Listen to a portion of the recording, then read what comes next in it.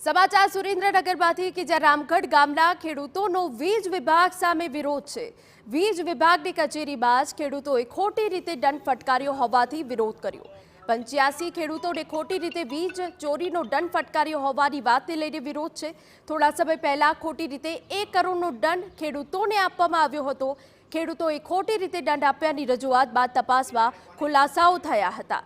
વીજ વિભાગના અધિકારીઓ ઓફિસમાં બેસી ખેડૂતોના દંડ નક્કી કરતા હોવાનું પણ સામે આવ્યું। આ જીએબી વાળાથી અમે એટલા કંટાળેલા છે કે નો પૂછો વાત। મારે 3 વર્ષથી વાડીએ પાણી જ નથી। મેં 3 વર્ષ મોટર નથી હાંકી તોય મને 18,000નો દંડ આપ્યો। છેવટે હવે હું કંટાળીને મારું કનેક્શન રદ કરાવવા માંગુ છું। કંટાળી ગયો છું આમ નથી શું કરું। 3 વર્ષ મોટર નથી હાંકી તોય 18,000નો દંડ આપ્યો। મારે આ કનેક્શન જ નથી જોતું। આમ હજુ 40 થી 45 ખેડૂત એવા છે કે જેના ખેતરમાં પાણી જ નથી, જેના કૂવામાં પાણી જ નથી, જે લોકો ખરેખર આ વર્ષે ઉત્પાદન પણ આવ્યું નથી, જે લોકો વીજળીનો ઉપયોગ જ નથી કરતા, આ લોકો આ ખેડૂતો દંડ કેવી રીતે ભરે।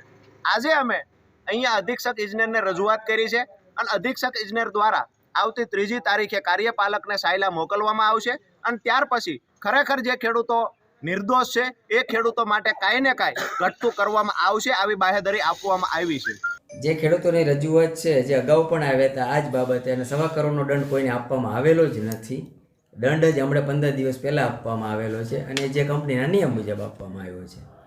અને બીજું કે આ બધાના એમઆરઆઈ ડેટા અને સ્થળ ઉપરનું જે શું વાવેતર છે એના રોજકામ કરી અને એના ડેટા આધારિત જ્યોતિગ્રામનો પાવર વાપરેલો છે અને જ્યોતિગ્રામનો પાવર વાપરવાથી અમારા લાઇન સ્ટાફને ક્યારેક અકસ્માત અને ક્યારેક મૃત્યુ પણ પામી શકે છે। એના ભાગરૂપે ઇલેક્ટ્રિસિટી એક્ટ 126 મુજબ આ બધાને બિલ આપવામાં આવેલા છે।